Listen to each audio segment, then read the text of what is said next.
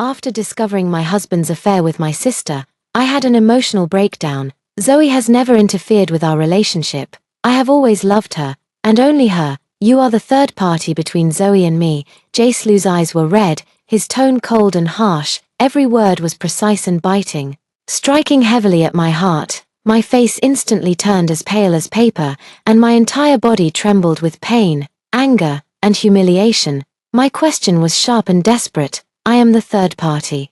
Back then, you were the one kneeling on the ground begging me to marry you, and now you say you've loved Zoe Fang all along. Then she let out a piercing laugh, laughing until tears streamed down uncontrollably. Seeing my desperate and shattered state, Jacelu was instantly jolted awake and thrown into a panic. He instinctively reached out to touch me but quickly withdrew his hand, his lips trembling as he struggled to form a complete sentence. That's not what I meant. Let me explain. With a vacant look in my eyes, I walked out the door, like a soulless zombie recklessly stumbling through the streets. Suddenly, a bright light pierced toward me. The moment I was hit by the truck, I thought, this isn't as painful as heartbreak. The smell of disinfectant filled my nose. I abruptly opened my eyes and saw the glaring sunlight streaming through the gaps in the curtains. Miss Fang, you're fine now, but your body is still a bit weak. You need to get more nutrition. The young nurse said softly as she pushed the door open and came in. I looked at her in disbelief, the pain of betrayal still lingering in my nerves, my mind in a daze. This was the scene I woke up to after collapsing by the pool and being rushed to the hospital when I was 20 years old, 3 days earlier. I had won the gold medal in the national dance competition, and my parents insisted on holding a celebration banquet for me at the Benia Hotel at the beginning of the month. Zoe Fang had failed her final exam. Although she acted as if nothing was wrong and her parents told her it didn't matter, I knew how sensitive and delicate she was, so I kept an eye on her during the banquet. Later, she disappeared, and I went outside to look for her. Accidentally, a child bumped into me, and I fell into the swimming pool. The icy water made me lose consciousness. Before I could fully come to my senses after the rebirth, the door of the hospital room opened once again. Jacelu was holding a bouquet of flowers, followed by Zoe Fang, who looked concerned. How are you feeling? Jacelu walked to my bedside and touched my forehead. The fever has gone down, rest well, and you'll recover soon. I instinctively avoided his touch, my expression complicated. I'm fine now, thank you. Zoe Fang stepped forward. Sis, it was all my fault yesterday. If it weren't for me, you wouldn't have ended up in the hospital. Her face was streaked with tears, her voice trembling. Her eyes filled with guilt. Jacelu quickly patted her back and pulled her to sit down. It's not your fault, it was all an accident. The tone was a gentleness never before directed at me. Zoe Fang leaned slightly toward him, looking up with gratitude, a hint of grievance, and a trace of barely noticeable dependence in her eyes. I watched their interaction coldly, mocking myself inwardly. How obvious the ambiguity was, and how I hadn't noticed it at all in my past life, perhaps sensing my icy gaze. A trace of discomfort flashed across Jacelu's face, and he hurriedly said, Zoe and I are here to pick you up from the hospital. Upon returning home, my mother helped me to the dining room. All of this was prepared by Aunt Wang at Zoe's request. They're all your favorite dishes. As she spoke, she placed a piece of spare rib onto my plate. Zoe cried all night yesterday, saying over and over that she wished she had been the one who fell into the water. Listening to my mother's endless chatter, I looked at the greasy spare rib on my plate and completely lost my appetite. Mom, I want to go back to my room first. Mother paused for a moment. All right, she pulled out the chair for me. I'll keep the food warm. You can eat when you're hungry, lying in bed. I recalled everything that had happened with Jacelu in my past life. Many details I had never paid attention to surfaced one by one, since he said I was unnecessary. This time I would let them be and no longer stand in their way. The next day, I packed my bags and prepared to move into the school dormitory. Ivy, why do you want to move out? Mother was very puzzled. The school isn't far, isn't it better to have the driver pick you up every day? I put the hairdryer into the suitcase. The exams are coming up soon, and I want to focus on preparing. Sis, please don't move out. Zoe Fang tugged at my sleeve, shaking it. I'll miss you if I can't see you. She habitually put on a coquettish expression, blinking her eyes and speaking in a soft, sweet voice, as if that would make me, as usual, fulfill all her requests. I gently pulled back my sleeve. After the exams, I'll move back. In the evening, Jace came to see me. Are you moving to the school? He handed me a box of strawberry pastries. Can't you not move? Zoe is very upset. I didn't take the box. It was never me who liked the taste of strawberries. What I like is blueberries. I used to think he couldn't tell the difference between those two flavors, but now I realize it was because he didn't care. He never once mixed up the peach flavor that Zoe Fang liked. If you need a tutor, I can help you. You don't necessarily have to go to school. He placed the box on the table and said earnestly, "No need," I replied casually. "I just want to focus on studying and not be disturbed." "All right then, if you need my help, I'm always here for you." He gazed at me affectionately, his face full of concern, as if his whole world revolved around me. If I hadn't lived through a lifetime, I would surely have fallen into it again. "I never loved you at all. It was you who misunderstood that I loved you, and both sets of parents also misunderstood that we were in love. In my past life." His righteous words of shirking responsibility resurfaced in my mind, once pushing me into the abyss of despair, making me feel that my more than 10 years of devotion were nothing but a self-indulgent joke. After moving out, my heart was unprecedentedly calm, and I devoted all my energy to studying and dance practice. In my previous life, I had the opportunity to study abroad but gave it up because of Jace. Given a second chance, I will never make the same mistake again. At 10 o'clock in the evening, I came out of the practice room. "Ivy Fang, someone is looking for you downstairs." My roommate Zhong Lily said, blinking her eyes with curiosity. "Is it your boyfriend? He's so handsome." I looked out the window and saw a tall figure standing under the phoenix tree, holding a box and constantly glancing toward the entrance. "No." I ignored her teasing and replied calmly. Instead of going downstairs, I took my phone out of the drawer and sent a message to Jace. "Did you need something?" Since I didn't want to have any further involvement with him, I tried to avoid meeting him as much as possible. The sound of a phone ringing reached my ears. I hesitated for a moment, then pressed the answer button. "Ivy, I bought you some food." Jace's gentle voice came through the phone. "Come down and get it, thank you." "But I don't need it." I hung up the phone, feeling no emotion at all. Jace stood there in shock. He hadn't expected me to be so cold, as if something had changed from before. As he walked out of the school gate, Zoe Fang was waiting for him in the passenger seat of the car. "Jace, have you seen my sister?"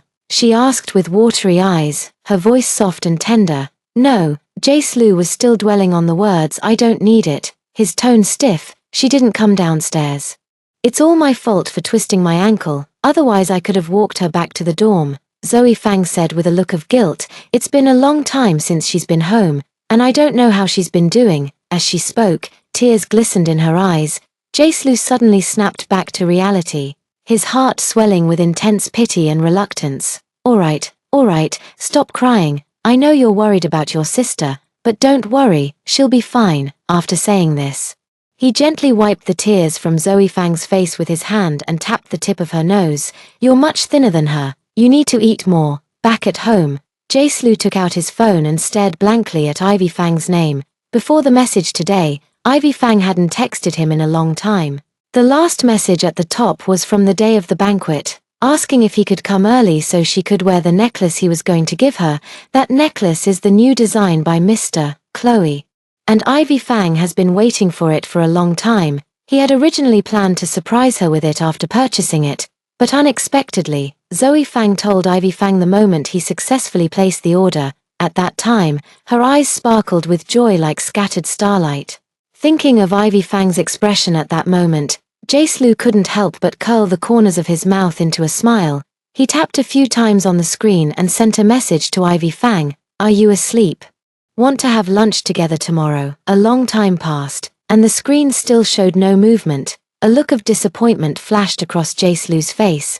Maybe she's already asleep and didn't see it, he consoled himself. Lying in bed, I looked at Jace's message and couldn't help but feel a sense of irony. Is this an attempt to ask me out, or is it just following Zoe Fang's arrangement? Every time we were alone together, Zoe Fang would coincidentally show up. "Zoe is by herself.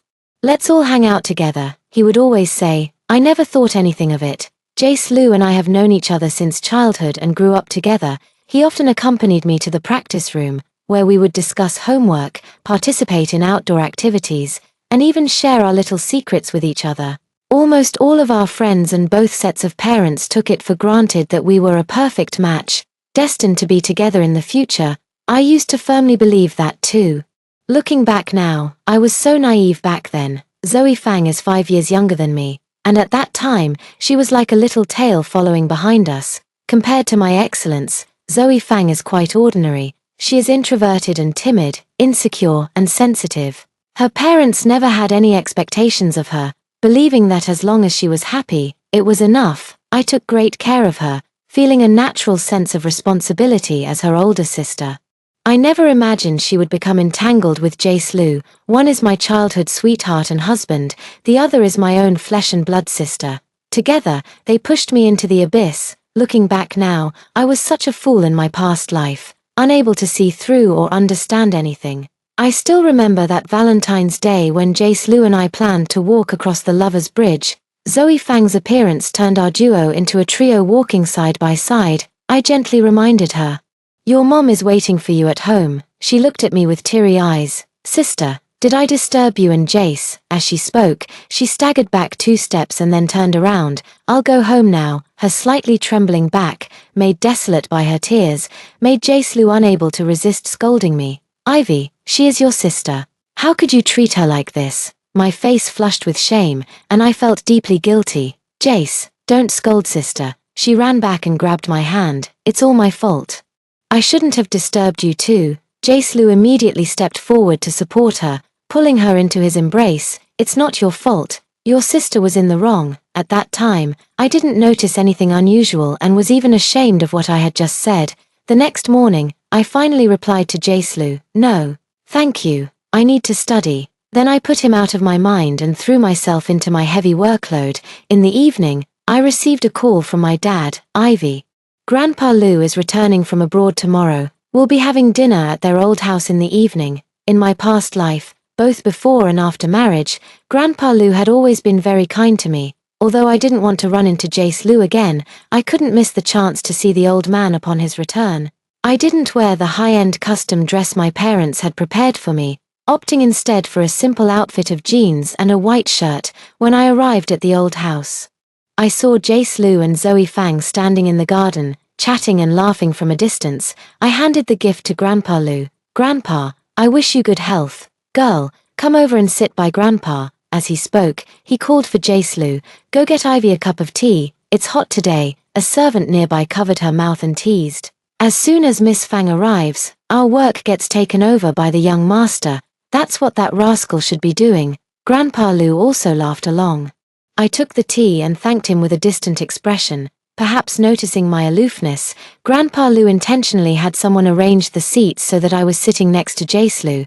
"Sister, can I sit next to you?" Zoe Fang stepped forward, her eyes filled with pleading. "I miss you so much. And it's been a long time since I've had a meal with you." Jace Lu quickly moved aside, pulling Zoe Fang to sit between us, then proceeded to serve several of her favorite dishes onto her plate. "Jace, sister loves this dish. Could you serve some for her?" Zoe Fang pointed to a plate. I calmly refused. "I don't like it anymore. Sis, I'm sorry. I didn't know." Her eyes reddened, tears welling up on her lashes. I looked up at her, my gaze understanding. Perhaps my expression was too direct. It instantly stung her nerves. In her panic, she knocked over the wine glass, her hands flustered and unsure. "Ivy, you scared Zoe." Jace Lu's tone carried a hint of reproach. "Zoe was just concerned about you." I glanced at him indifferently and continued eating with my head down. Grandpa Lu noticed the strange atmosphere among the 3 of us and, after the meal ended, asked Jace Lu to take me home. "Ivy, I wasn't blaming you just now." He took my hand and gazed at me. "Zoe is a bit timid.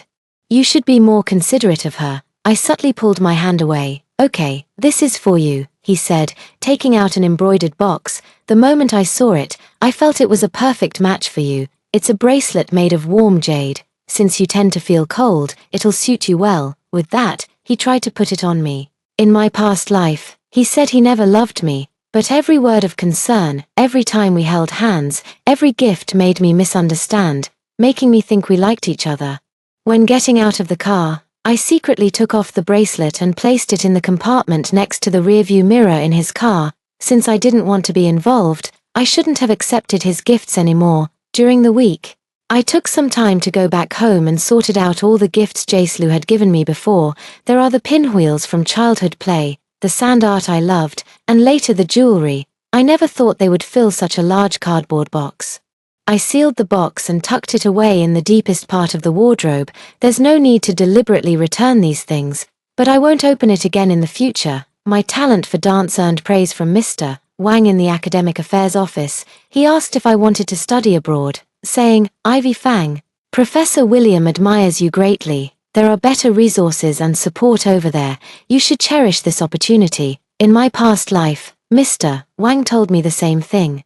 I immediately shared the good news with Jaislu. "Ivy, it's a good thing that you can go for further studies," he began hesitantly, "but you're a girl, thousands of miles away from home. What if someone bullies you? If something really happens, I'd be heartbroken too." He looked at me. His tone deliberately softened with tenderness. At that time, I thought he truly couldn't bear to part with me. Faced with Teacher Wang's persuasion, I held on to Jaislu's arm and confidently declared, "Having him is enough." Looking back now, it's utterly absurd and laughable. "Teacher, I will cherish it," I said firmly. "Good, then discuss it with your family. If there are no issues, you'll leave in a week." "Sister, you mentioned moving to the school before, and now you're going abroad. Is it because of the incident where you fell into the water?" Zoe Fang said tearfully. "I apologize. Sister, please don't go." "Okay, Ivy, Zoe didn't mean it. Don't be willful," Mother said. Walking over to Zoe Fang, "It's not safe for a girl like you to go so far away." "Yes, sister, the universities in Jing City are also very good. They're close to home, and we can still be with you." Zoe Fang looked at me. Again, the same words as in my past life. "I'm going abroad to further my studies. It has nothing to do with anyone else." Not wanting to waste any more words on them, I turned and went back to my room. In the middle of the night, I was awakened by a commotion downstairs.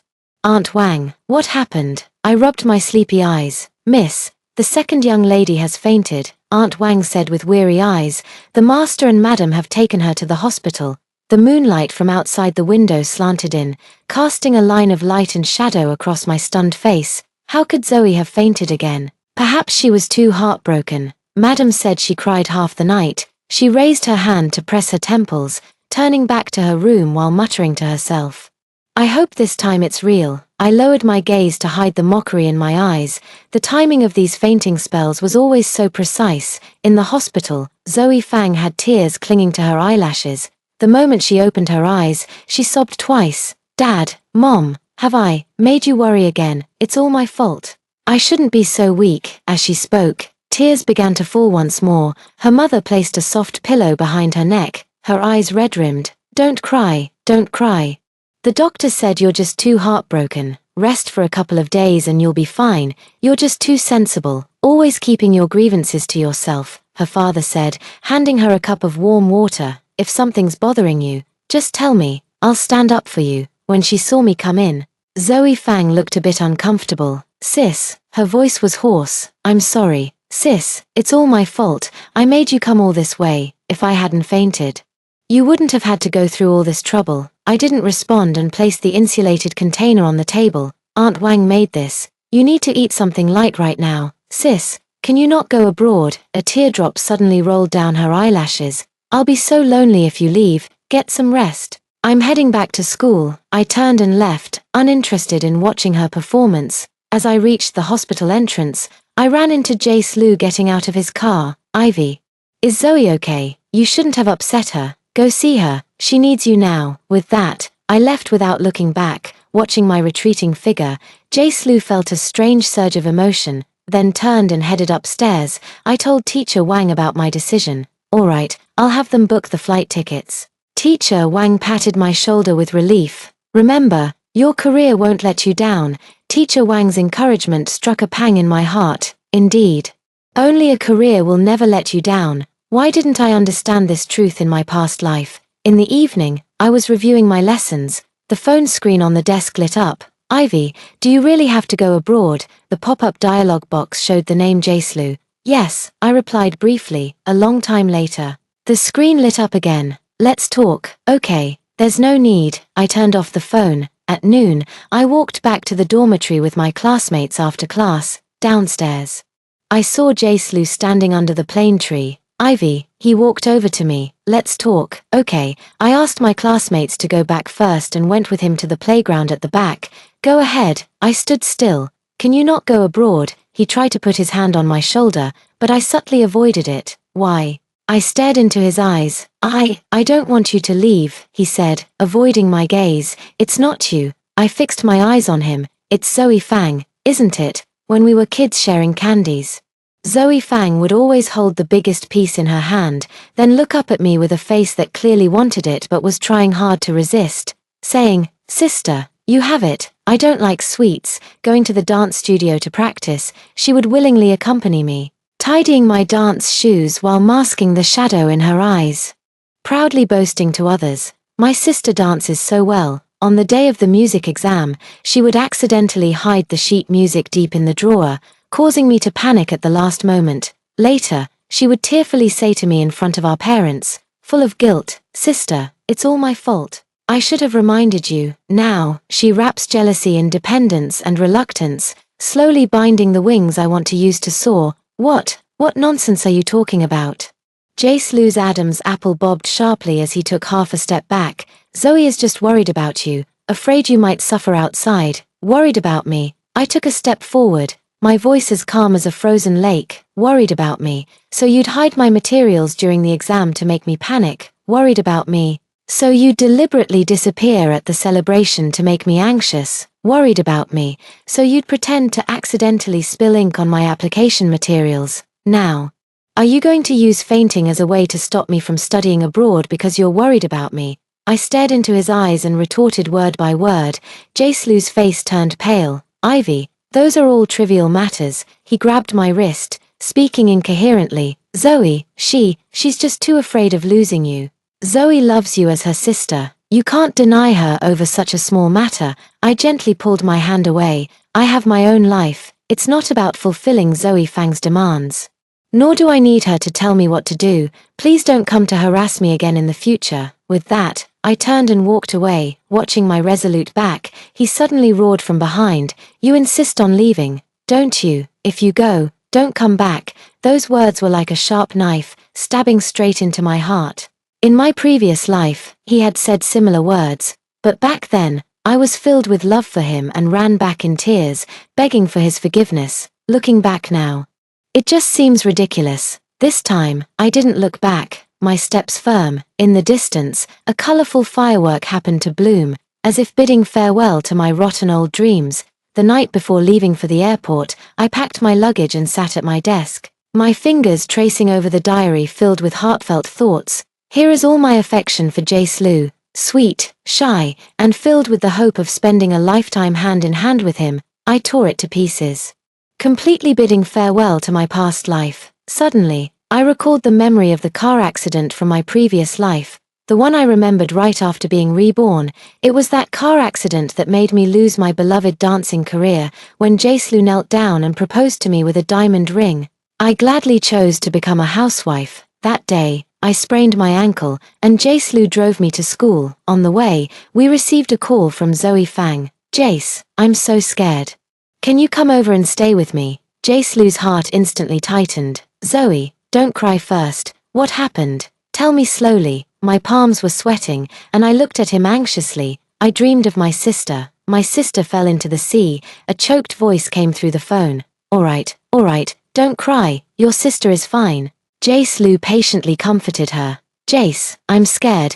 Can you come pick me up to go find my sister? I'm worried about her." "Okay, I'm on my way. Wait for me," Jace said as he turned the car around and glanced at me. "We'll go back to pick up Zoe and take you together." Before the words had even finished, in that moment of distraction, a truck crashed into him. My thoughts were still immersed in the fear of that moment when my phone screen suddenly lit up. It was a message from Jace. "Tomorrow morning at 7, I'll be waiting for you downstairs at the dorm to take you to the airport." I stared at the message for a long while, my fingertips icy cold. Because of his distraction, I lost a leg. Out of guilt and pity, he proposed to me. Before this, he had been wavering between me and Zoe Fang. He couldn't bear to let go of the admiration others had for me standing by his side. Yet he also enjoyed Zoe Fang's dependence and adoration of him. I replied, No need, I've already made plans. Putting down my phone, my heart was at peace. In this life, I will not repeat the same mistakes.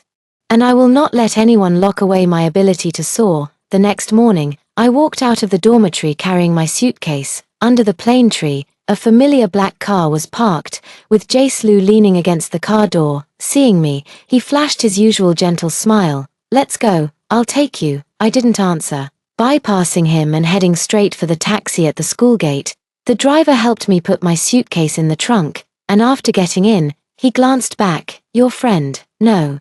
In the rearview mirror, Jace Lu's smile froze on his face, while Zoe Fang leaned out from the passenger seat, her ruffled by the wind, her eyes, always misty, filled with anxiety and resentment. As the car drove away from the school gate, I saw the black sedan suddenly rush out, its engine roaring as it grew larger and larger in the rearview mirror.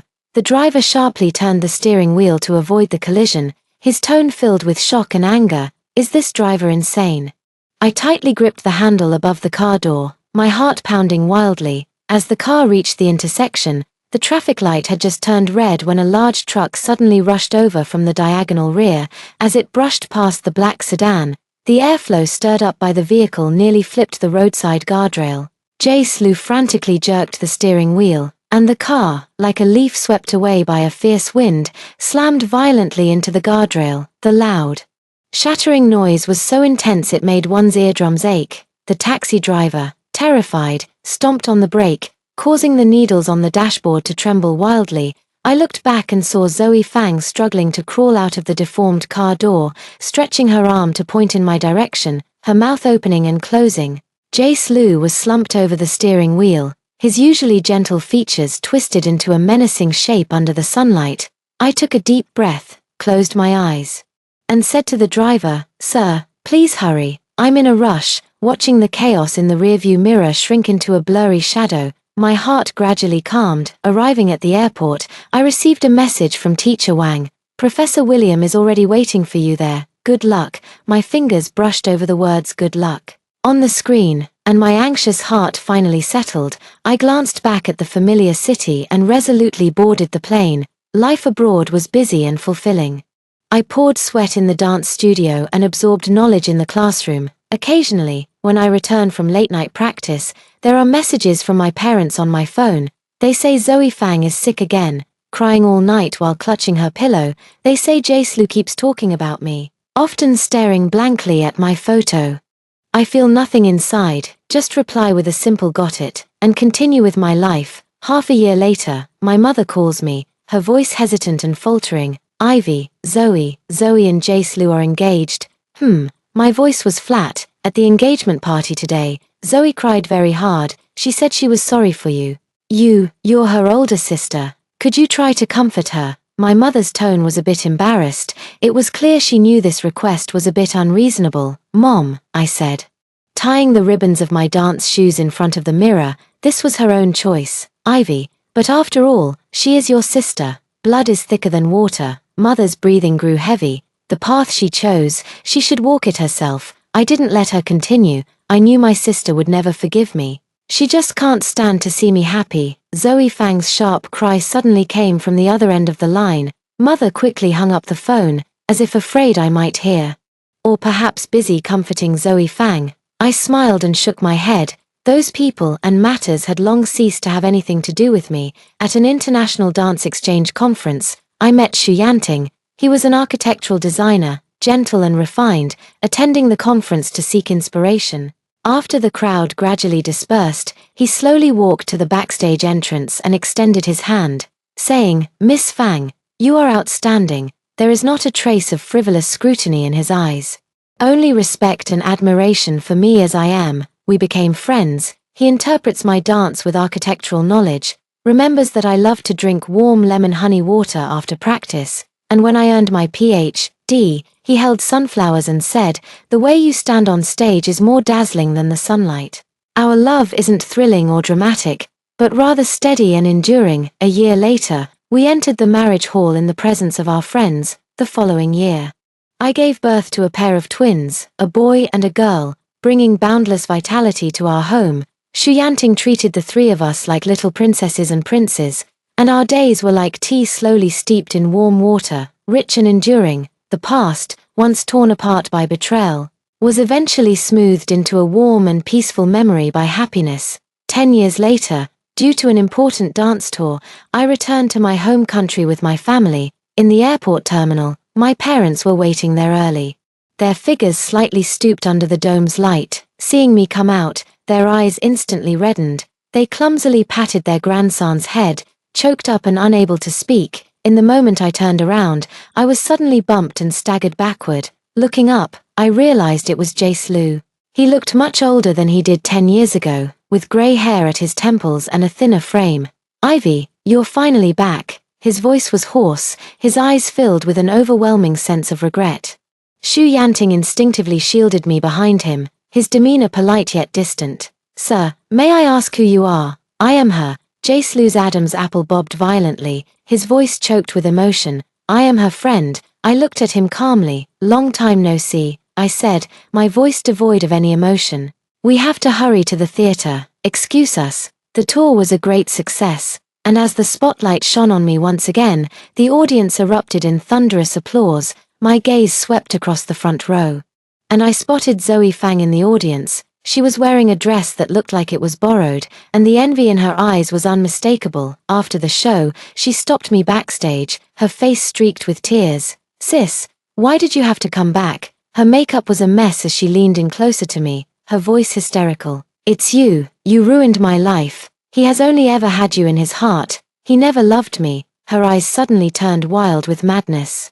"Why do you get to have both a son and a daughter? If I can't have happiness, neither will you." Shu Yanting pushed her away and shielded the children in his arms. I looked at her, drowning in agony, and suddenly felt a deep sense of pity. Our parents rushed over and held her tightly in their arms. My mother held my hand.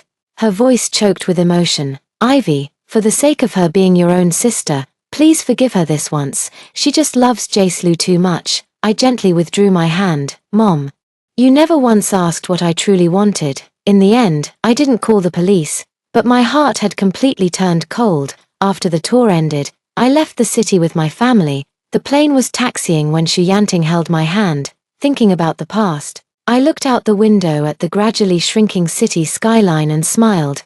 Thankfully, 10 years ago, I didn't look back. I heard news about them again a year later. Jace and Zoe Fang got divorced. On the day they received their divorce certificate, they nearly came to blows arguing outside the Civil Affairs Bureau. Zoe Fang moved back to her parents' home, crying all day long. Jace, on the other hand, quit his job and searched everywhere for me, but could no longer find me. But none of this concerns me anymore. My life is very happy now, with a caring husband, adorable children, and the spotlight on stage. The betrayals I once thought would be unforgettable have, over time, faded into vague shadows. In this life, I have finally found the sunlight that truly belongs to me. End. That's all for the first story. Don't go away. The next one is even more exciting. In my previous life, I was the wife of a high-ranking official, envied by everyone. But my husband, Meng Shuren, had suffered injuries to his vocal cords and groin on the battlefield. He lost his male function and the ability to speak, so I spent 40 years in a sexless marriage with Meng Shuren. I never resented it. Living as a widow without complaint, spending half my life with a mute, until my 60th birthday, when I accidentally found over 500 phone cards in his study. All of them were used to call the unattainable military song and dance troupe beauty he loved. He wasn't incapable of speaking. He just didn't want to talk to me. He wasn't incapable of being a man. He just didn't want to be my man. The immense blow made me die with resentment. When I opened my eyes again, I had returned to 1984. In this lifetime, I will no longer suffer grievances for any man. The 1980s were a fertile ground for entrepreneurship. Riding the spring breeze of reform and opening up, I am heading to Shenzhen to strive for success. The Shenzhen Special Economic Zone was established in August 1980 and has only been developing for 4 years up to now. Transportation from my hometown to there is very underdeveloped. In this day and age, there are naturally no planes or high-speed trains. One can only take the old-fashioned green-painted trains, not to mention having to transfer 3 times along the way.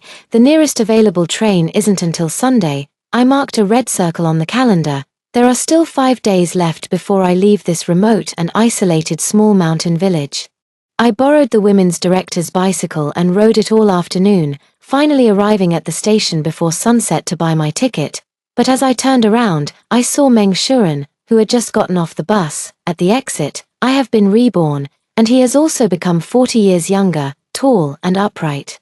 With sharp eyebrows and bright eyes, he exudes a commanding presence and is the youngest regiment commander in the military. His future is limitless. He is also the man I loved for decades in my past life. I foolishly believed that as long as our names were on the same marriage certificate, we would be a family, even if he couldn't speak, couldn't perform marital duties, and couldn't give me a child. I had no complaints. Instead, I spent my entire life loving and caring for him with passion, warming his heart, only to end up making my own life a big joke. Seeing me, Meng Shuren furrowed his handsome brows. He spoke with a hint of displeasure. "Yitan, didn't I tell you not to come pick me up at the station?" It was only then that I remembered. Today was the day Meng Shuren was returning from the military to visit his family. In my previous life, around this time, I had sent him a telegram. She said we had been engaged for 3 years. And in the countryside, being 20 years old already made one an old maid, so I told Meng Shuren that I wanted to get married and follow him to the army. In the military, once an officer reaches a certain rank, they can have their spouse and children join them for a reunion.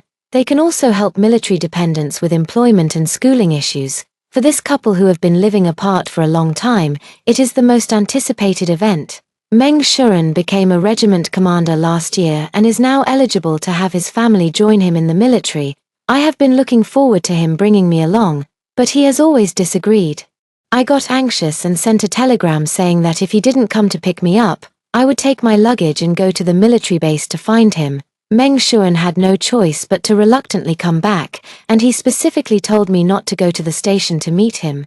I knew he was deliberately being cold and distant toward me. In my previous life, I was very sad. I feel that since we're engaged, even if we haven't registered our marriage or consummated it, in the countryside, we're already considered husband and wife. I want to be with Meng Shuren and look forward to getting our marriage certificate soon, so I can take care of his daily needs when I join him in the army. I also want to have children with him, but in this lifetime, I've already given up on the idea of being a military spouse. I was so focused on striving in Shenzhen that I even forgot about Meng Shuren's return. I came to buy a ticket to Shenzhen, not to pick him up at all. Meng Shuren misunderstood. His handsome face filled with impatience. "In such a hurry, are you? We're still young. There's no need to rush into marriage. Life in the military is tough. Joining the army isn't about seeking comfort. You'll only distract me if you come. I still want to keep making progress." Meng Shuren started by stating the reason he didn't want me to join the military. "I'm not here to pick you up. I also think it's too early to get married, so I won't be following you into the military." My words left Meng Shuren utterly shocked, but immediately, it turned into a mocking smile. "Yitan, when did you learn to retreat in order to advance?" Meng Shuren thought I was madly in love with him and simply didn't believe I had given up the idea of following the army. I didn't want to explain anything. "Anyway, I'm going to Shenzhen in 5 days. From now on, the sky is high and the earth is wide. With no more ties to hold me back, it's over 40 miles from the city to the village.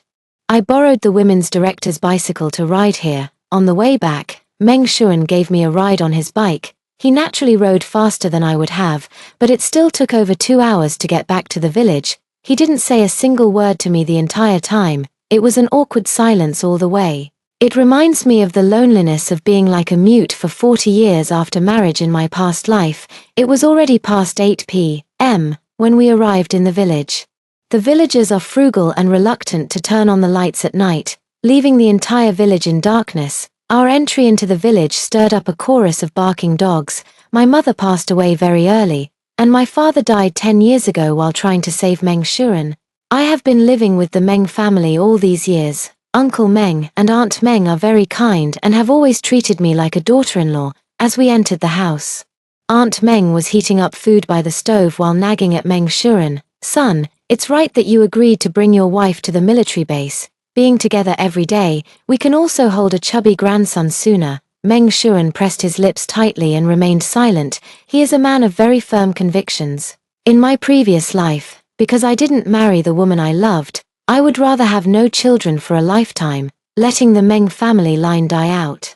Uncle Meng and Aunt Meng both passed away with regrets. Be good to Yi Zi. The Yi family has been kind to you. If it weren't for your Uncle Yi saving you back then, you wouldn't even be alive, let alone a regiment commander. Uncle Meng noticed his son's impatience and quickly gave his instructions. Enough. I've already said I'll marry her. Will you please stop pressuring me? I'm grateful to Uncle Yi for saving me, but it was just an accident back then. I'd rather have died myself than owe such a huge favor. Let me repay you for a lifetime.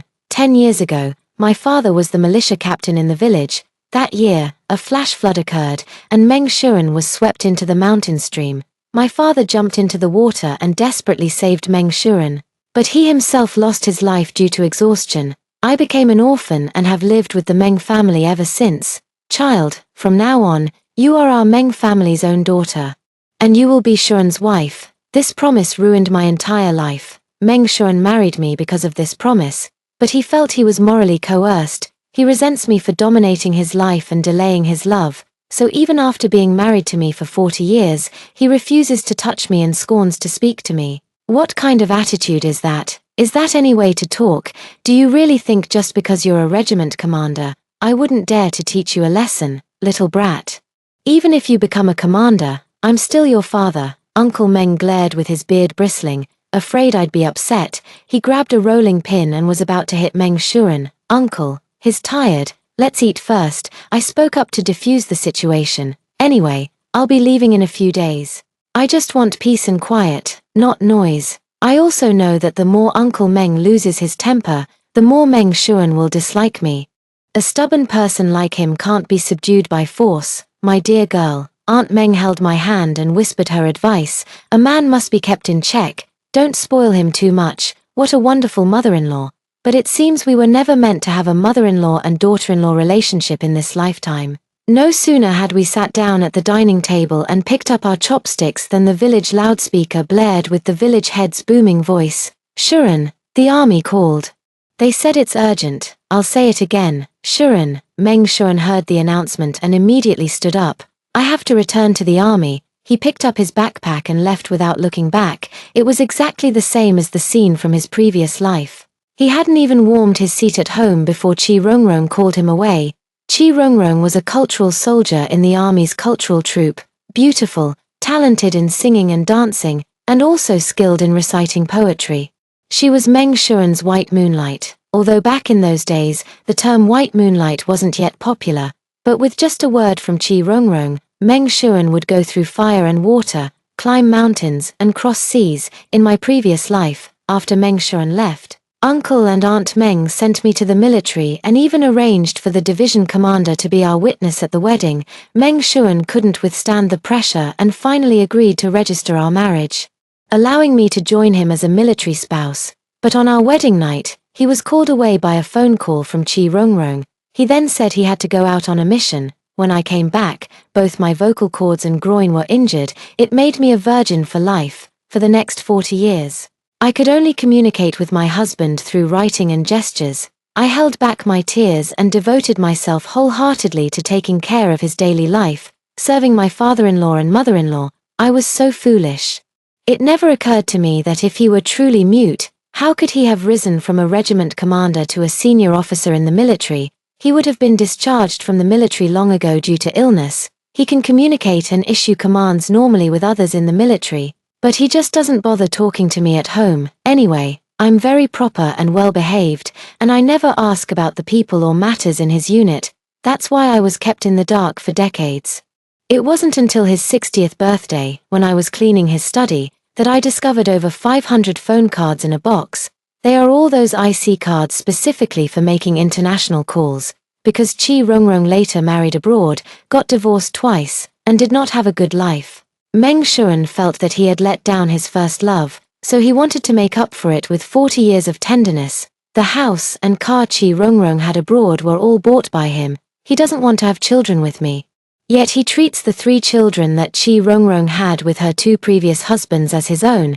He is responsible for the tuition and living expenses of those 3 children. He even attended their weddings as the representative of the bride's family. I was kept completely in the dark about all of this.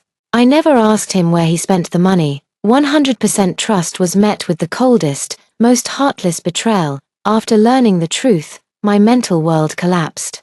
This desperate fall from the balcony, so she gets to live her life again. A man who can't be warmed up. I don't want him anymore. There are 4 days left until I go to Shenzhen, and I'm packing my things for the trip, although orphans are lonely and helpless. The advantage is that they have no attachments and can leave at any time. A few changes of clothes were packed into the luggage bag. A small inner pocket was sewn with needle and thread inside the undergarment, containing an ID card and 300 yuan. This was all my savings. In 1984, the monthly salary of a city worker was just over 30 yuan. 300 yuan was definitely a huge sum of money.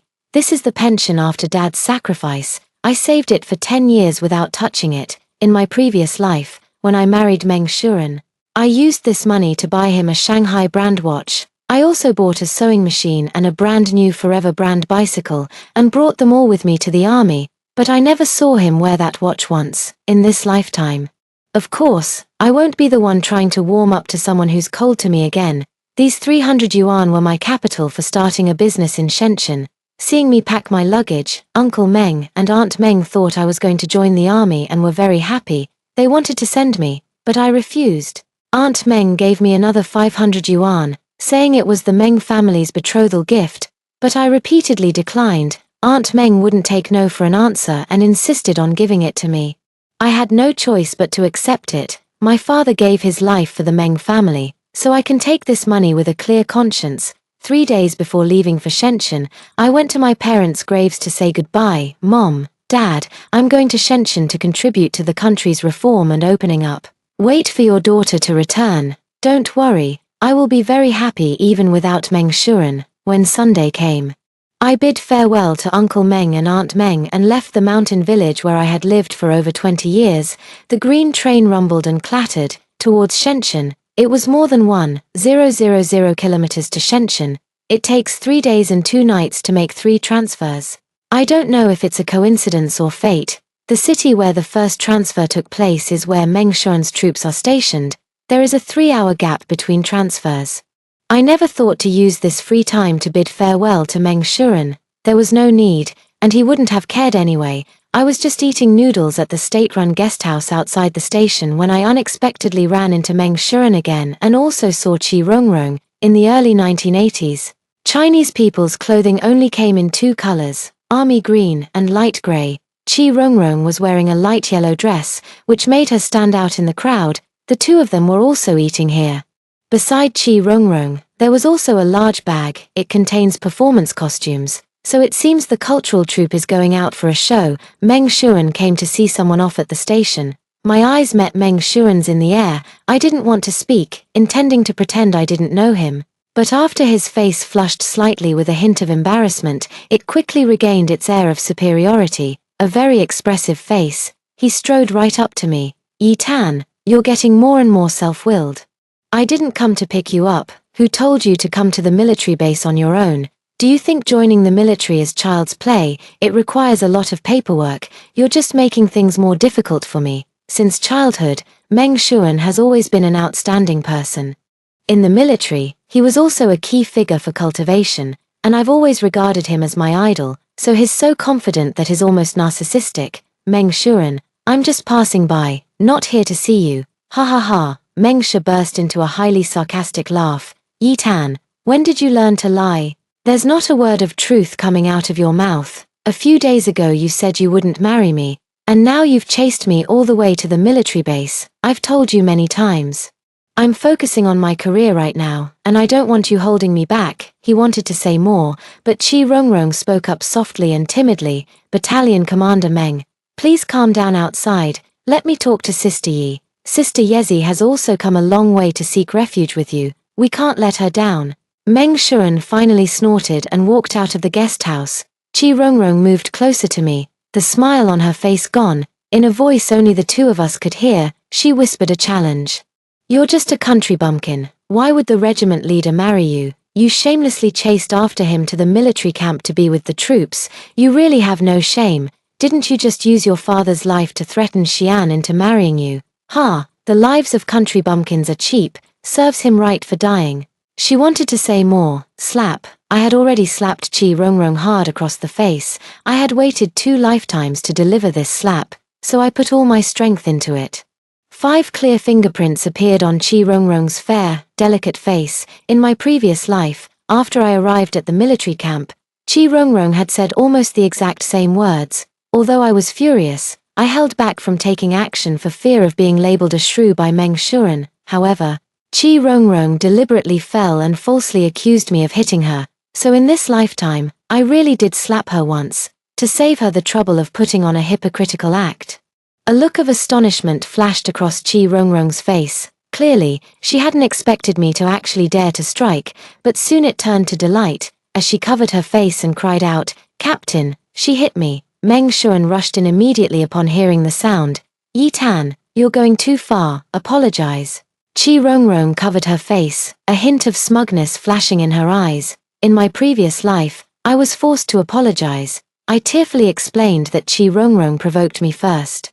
And I didn't even lay a hand on her, but Meng Shuren simply wouldn't listen. He refused to believe that Chi Rongrong could say such vicious things. "Rongrong always reads poetry, Shelley, Goethe, Pushkin. I don't believe she could be so harsh." Of course, there's no need for me to explain in this lifetime. I couldn't eat any more, so I got up and left. This was the first time in all these years that I had defied Meng Shuren.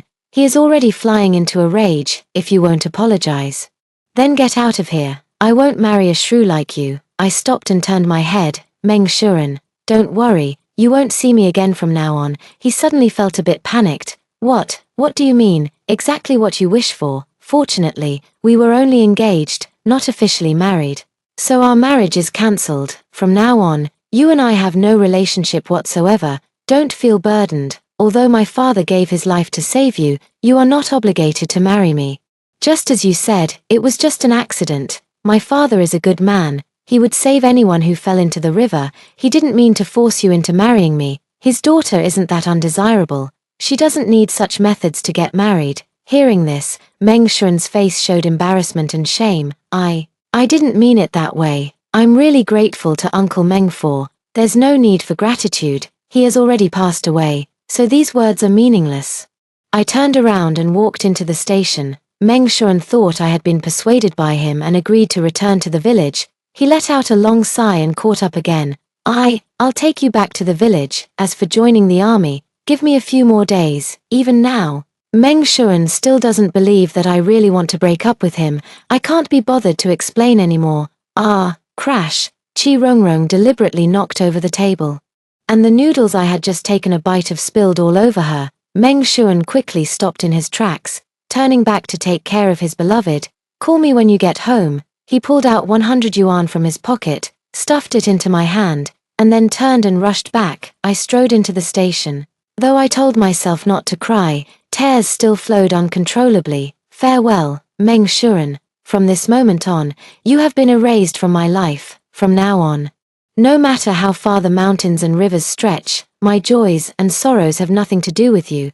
The train rocked and swayed for 3 days and 2 nights, finally arriving in Shenzhen. In my past life, I had been to Shenzhen a few times, but at that time, Shenzhen was already on par with Beijing, Shanghai, and Guangzhou, a top-tier city domestically and internationally renowned for its prosperity. Metropolis, however, more than 40 years ago.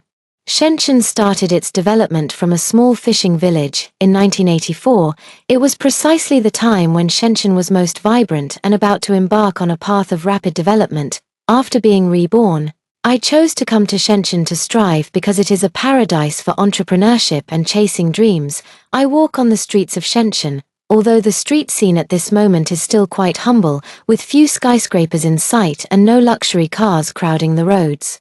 Yet the streets are bustling with people, and I can hear dialects and accents from all over the country.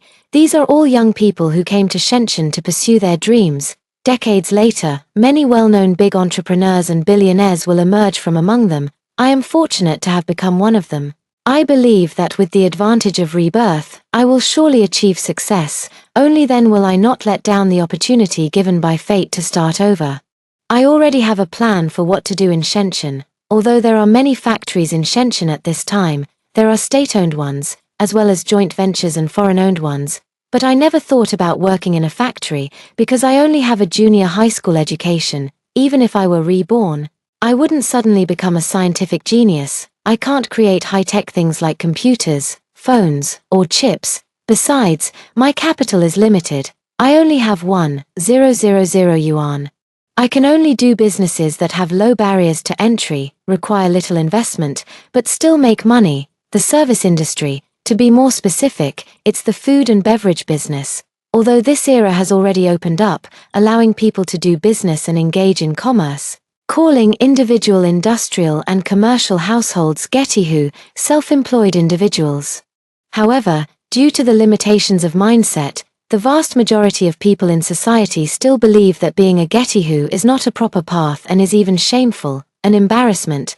The best career paths are still joining the military or working in a factory. It's best to get into a state-owned factory. This is called an iron rice bowl. Therefore, there is very little private and individual economy. When you walk on the street, apart from state-owned restaurants, post offices, supply and marketing cooperatives, and grocery stores, you hardly see any other shops. Take the restaurants where we eat. For example, the waitstaff in state-owned restaurants are all formal employees with official positions, so there's no such thing as the customer is God or smiling service. The waitstaff are all incredibly arrogant. The doors are hard to enter, the faces are unpleasant, and the words are harsh. That's why many people, even if they have money in their pockets, are unwilling to eat at these state-owned restaurants. It's too easy to not have a good meal and end up with a stomach full of anger. So my entrepreneurial venture is going to start with opening a small eatery. The location was chosen in the Shiku industrial zone of Shenzhen. I counted, and there are already over 100 factories here, with a total of about 50,000 to 60,000 workers. Most of them are from other parts of the country, mostly single, and don't have the means to cook for themselves. Compared to inland areas, the workers here earn higher incomes. Some workers could even earn 200 yuan a month. Although many factories had canteens, people naturally wanted to improve their lives once they had money, to eat something delicious, so the catering industry was absolutely essential. Moreover, I have a unique advantage. In my previous life, after joining the military, I worked in the logistics department of the army, specifically in charge of the canteen. The soldiers in the army come from all over the country, each with their own preferences in food and taste, and because I had no warmth at home, I didn't even have anyone to talk to, so the only interest is cooking, which involves studying the flavors of various regional cuisines, signature recipes, and specialty snacks across the country: Shandong cuisine, Sichuan cuisine, Cantonese cuisine, Fujian cuisine, Jiangsu cuisine, Zhejiang cuisine, Yun cuisine, Anhui cuisine. There's nothing I can't make. I'm very skilled at hot pot, barbecue, and noodles. Even Western food and desserts are no problem. In those days, rent was cheap. I spent 150 yuan to rent a storefront along the street, and used the rest of the money to buy pots, pans, and ingredients. Leaf Restaurant officially opened for business. The 1980s was an era of supply falling short of demand. As long as you were bold and willing to endure hardship, it was impossible not to make money. My restaurant was fully booked from the day it opened because it could serve signature dishes from all over the country. Many migrant workers in Shenzhen came to my restaurant to eat, saying they could taste the flavor of their hometown. I couldn't handle the workload by myself, so I hired 2 waitstaff. The 3 of us were as busy as spinning tops. After a month, although it was exhausting, we tallied the accounts. After deducting rent costs and the waitstaff's wages, I made a net profit of 2,000 yuan. In 1984, what did 2,000 yuan mean? It is the income of a worker's family for 2 years. It is the income of a farmer for 5 years. I cried while looking at the account book. These are tears of happiness. Women don't need men, because men will betray you and hurt you. But the renminbi never will. It's already been half a year in Shenzhen. The better the restaurant business, the better, and my savings have reached 10,000, making me a prominent 10,000 yuan household in the 1980s. This was an enviable title. It was even more prestigious than being a millionaire in later times. My restaurant has been growing in size. I originally rented 1 storefront, but now I've rented 3. I now have 6 employees working under me. I'm not a heartless boss. I'm very generous with my staff. I pay them above the average wage and offer additional bonuses, so everyone was full of energy. That day, I was busy working in the restaurant when I suddenly heard a surprised voice, Yezi. I turned around and, to my surprise, ran into a fellow townsfolk, Liu, the village accountant. He came to Shenzhen for business and happened to have lunch at my restaurant. Of course, I was very enthusiastic to meet a fellow villager. Not only did I add several substantial dishes, but I also waived the bill. Accountant Liu didn't touch his chopsticks to eat, instead looking extremely anxious. Yezi, what are you doing here? You have no idea. For the past 6 months, the Meng family has been turning the world upside down looking for you. Commander Meng is going crazy. 6 months ago, I boarded the train to Shenzhen. The Meng family and the villagers all thought I was going to join the army and get married to Meng Shuren. Later, while transferring buses midway, I ran into Meng Shuren and Qi Rongrong. Meng Shuren thought so too, and then he sent me away again. He thought I had returned to the village. No one knew I had come to Shenzhen. This created a double misunderstanding, an information gap. The villagers thought I was in the military, while Meng Shuren thought I was back in my hometown. The first few days were calm and uneventful. It wasn't until a few days later that Meng Shuren, having not received my call to let him know I was safe, called back to the village to ask about me. Only then did he find out that I had never returned. I had seemingly vanished into thin air. Everyone was anxious. Meng Shuren took leave and searched everywhere for me. I didn't have a mobile phone. Back in those days, there were no surveillance cameras, and train tickets weren't registered with real names. Where can I find me? Meng Shuren searched for a full 2 months but still found nothing. Even the police station couldn't do anything. So everyone thought something had happened to me. He must have been killed on the way. Aunt Meng cried every day at home. Uncle Meng beat Meng Shuren's arm with a rolling pin until it was broken. He called him an ungrateful wretch and accused him of causing my death. The villagers all felt sorry for me, saying I was pitiful. So when Accountant Liu suddenly saw me running a restaurant in Shenzhen, living so vibrantly, he was utterly shocked. Yezi, come back with me. Everyone is waiting for you. I shook my head. I'm not going back. I'm doing just fine in Shenzhen, Uncle Liu. Please go back and tell Uncle Meng and Aunt Meng for me that I'm doing well. No need to worry. Accountant Liu slapped his thigh hard. Why are you so stubborn, girl? What about Commander Meng? Not getting married anymore? No, I shook my head firmly. I have nothing to do with him anymore. After Accountant Liu left, I continued to work in the restaurant. The biggest inconvenience of this era, aside from the lack of mobile network, is the inability to make online payments. All transactions have to be made in cash. Every night after finishing work, I have to carefully count the cash received. The next day at noon, I go to the bank to deposit the money. I dare not keep too much money on hand to avoid attracting envy, but with my restaurant doing so well, it's impossible not to draw attention. That night it rained, and the sky outside was unusually dark. I rented a bungalow in the alley behind the restaurant. Just as I was about to lock the restaurant door and go back to rest, a great force pushed me hard. I was pushed back into the room again. A man with a thuggish demeanor sneered as he entered the room. He was here to rob. Shenzhen has too many people. Some genuinely come to start businesses and seek wealth, while others are here to engage in shady dealings. He came in not only to rob but also had ill intentions toward me. That girl is quite pretty. The thug pinned me down on the table and was about to do something beastly. I bit down hard on the thug's hand. He jumped up, clutching his bleeding hand, and cursed angrily. You're such a dog. The thug still wanted to bully me. I rushed into the kitchen and grabbed a kitchen knife. Don't come any closer, or I'll fight you to the death. The thug was not intimidated by me. Instead, it provoked his ferocity. Damn it, I refuse to believe I can't handle a little girl like you. He charged forward again. I would rather die than be defiled. I've made up my mind. If I really can't avoid it, I'll kill myself. At the critical moment, don't move, a man in military uniform burst in. This military uniform naturally exudes an imposing aura, causing the thug to flee in panic with his head in his hands. It was Meng Shuren who had arrived, although one of his arms was in a sling, clearly indicating that his fracture had not fully healed. He easily subdued the thug with his other hand. The police station came and took the person away. Turns out he was a fugitive. After everything was over, Meng Shuren looked at me with a complicated expression. Yi Tan, You made me search for you so hard. Meng Shuan came after hearing the report from Accountant Liu. Come back with me. Everyone at home is waiting for you.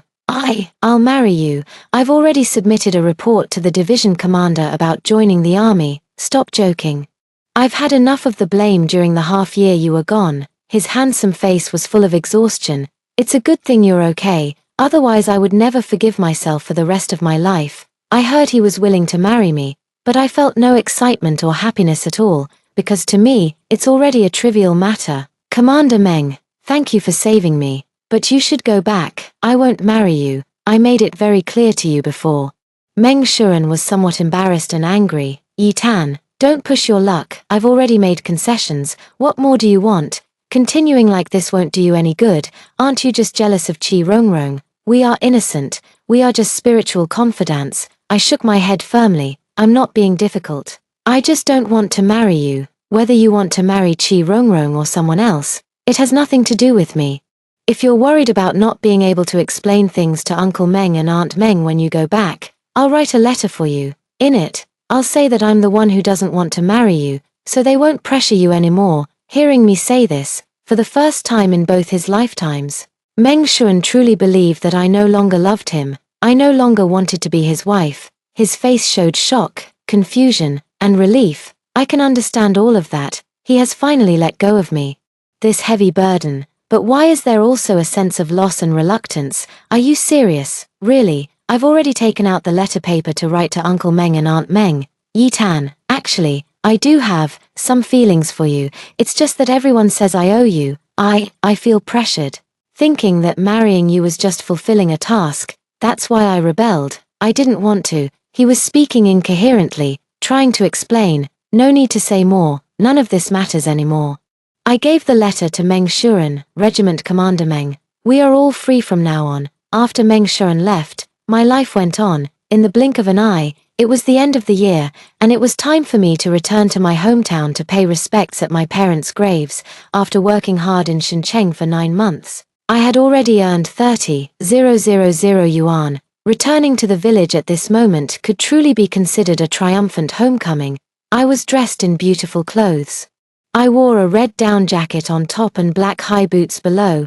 This kind of outfit was not only rarely seen in the mainland, but many people had never even encountered it before. Because Shenzhen is close to Hong Kong, clothing and fashion trends are often introduced from there. The trends are several years ahead of those in mainland cities, not to mention rural areas. The whole village went wild as soon as I entered. Dozens of children swarmed around me, because I brought a lot of New Year's goodies, including a whole big bag of White Rabbit creamy candy. Everyone present gets a share. The children were overjoyed. After both of my parents passed away, many kind-hearted villagers in the village helped and looked after me. I cannot forget these acts of kindness. I went to their homes to give them New Year's red envelopes. Each red envelope contained 200 yuan. This is definitely a huge sum of money, and it has once again caused a stir in the entire village. Everyone envies me for making money outside and having the ability to do so. Of course, the red envelopes for Uncle Meng and Aunt Meng were given separately. Each red envelope contained 1,000 yuan. After all, they raised me for 10 years. Even though I can't become their daughter-in-law, I can't forget this kindness. Uncle Meng absolutely refused to take the red envelope and even got upset about it later. Girl, I'd be ashamed to take your money. Our Meng family has let you down.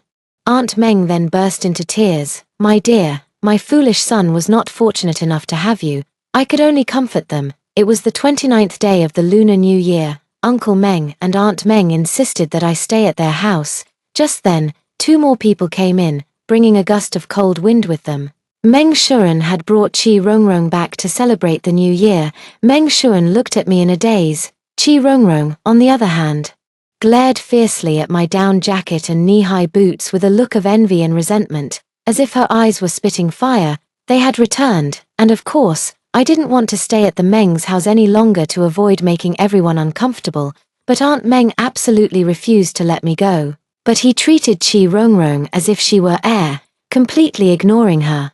In the end, I still stayed in my original room. Aunt Meng finally agreed to speak with Qi Rongrong. Without a proper name or status, you're not allowed to sleep in the same room. Don't let people laugh at you. That evening, Aunt Meng let Chi Rongrong stay in Meng Shuan's room, but sent Meng Shuan to the storage shed.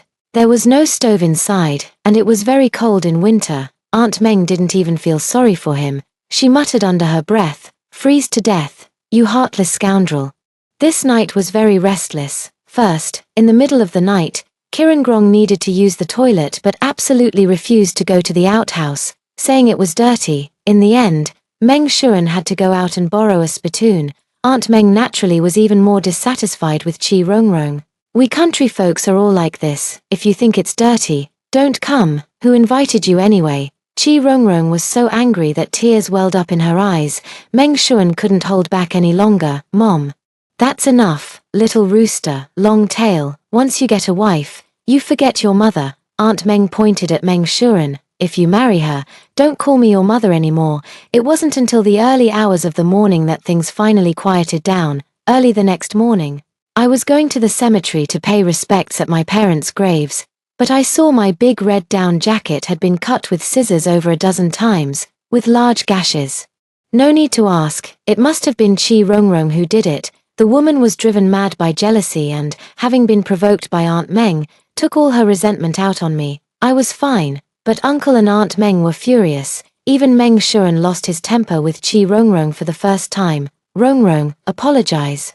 How could you do this?" Then looked at me with an apologetic expression. "Yi Tan, I'm sorry. How much does this outfit cost? I'll pay for it." I shook my head. "Forget it, it's not worth much." "I don't mind." But Chi Rongrong went into a furious rage. "You're just a country bumpkin. Who are you trying to fool? How dare you wear such nice clothes? Are you even worthy of them? Ha, who knows where your money even came from? I heard many shameless women go south to become prostitutes, so you must be selling yourself too." Slap, a crisp slap rang out, but this time it was Meng Shuan who struck. He pointed at Chi Rongrong. "Shut up, you hit me, I hate you to death." Chi Rongrong ran away crying, but Meng Shuan didn't chase after her. Instead, he looked at me with a conflicted expression. "Yi, go after her. I'm fine. I'm going to visit the grave." I left the Meng family to visit my parents' graves. I left the village that same day. Whatever stories Meng Shuan and Chi Rongrong had, I no longer cared at all. After the start of spring, Meng Shuan came to Shenzhen again. He brought me a red down jacket of the same style, said it was to make up for me. I accepted it. But he refused to leave. "Yi Tan, I was wrong before. Actually I still think you're good. Rongrong is too high maintenance. I was wrong before. I didn't appreciate the good things I had. Poetry can only be read occasionally. It can't sustain a life." His eyes were filled with guilt. Meng Shuan asked cautiously, Can we still get married? It's all in the past." I interrupted him. He left helplessly. After that, he wrote me a letter almost every month. But I never opened any of them. I just threw them directly into the stove and burned them. In the blink of an eye, it was the end of the following year, and I had already opened 3 restaurants. I have more than 30 employees under me. My annual income exceeds 100,000. When I returned to my hometown, I didn't disturb anyone. I only visited my parents' graves and left overnight. Because of my influence, some people from my hometown have also come to Shenzhen to work. I always try my best to help. I heard that in 1987, Meng Shuan still ended up marrying Chi Rongrong. It was forced by Chi Rongrong. Meng Shuan never wanted to get married. Later, she was drugged by Chi Rongrong. Chi Rongrong made a scene at the division headquarters, and Meng Shuan had no choice but to marry her. However, the two often had conflicts and had a poor relationship. Chi Rongrong also did not get along with her in-laws. In the end, Meng Shuan took the initiative to request a posting to the border regions for garrison duty, and the two lived apart for a long time, never having children. Then came the 1990s. I had become the chairman of a listed company. Besides the restaurant industry, my business also included tourism, film and television, and real estate. After all, I was reborn, so I naturally know which industries are booming. My personal wealth has already exceeded 1 billion, but I have never married. Men are uninteresting. My career is my lifelong partner. I heard about Meng Shuan again in 1994. He was fired. The reason was that Chi Rongrong insisted on going abroad, saying that there was little money to be made in China and that she wanted to enjoy a better life overseas. Meng Shuan disagreed. He was already a division staff officer at that time. in charge of a considerable amount of training funds, Chi Rongrong actually went so far as to steal the funds to go abroad. Although she was later caught, Chi Rongrong was imprisoned. Meng Shuan was also dismissed from the army due to dereliction of duty. By then, Uncle Meng and Aunt Meng had already passed away, so naturally, I had no further contact with him. Another 20 years passed, and it was 2024. I was 60 years old, the same age as when I was reborn in my previous life. My net worth has reached 30 billion. I am still alone, but I have done a lot of charitable work. That day, my assistant drove me to attend a charity awards evening. While passing through the underground parking lot, I saw an elderly security guard dozing off inside, wearing a worn-out green uniform. Meng Shuren, long time no see. That's all for today's story. If you enjoyed this video, please give it a like and subscribe. If you have any suggestions, feel free to leave a comment below. See you in the next video.